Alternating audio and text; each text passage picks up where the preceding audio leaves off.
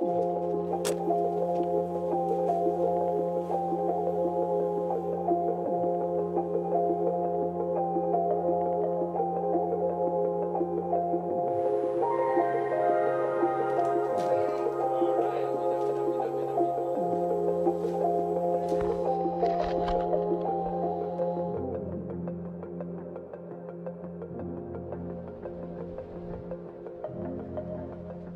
guys to my recycled tiny home, all made from 35,000 plastic bags.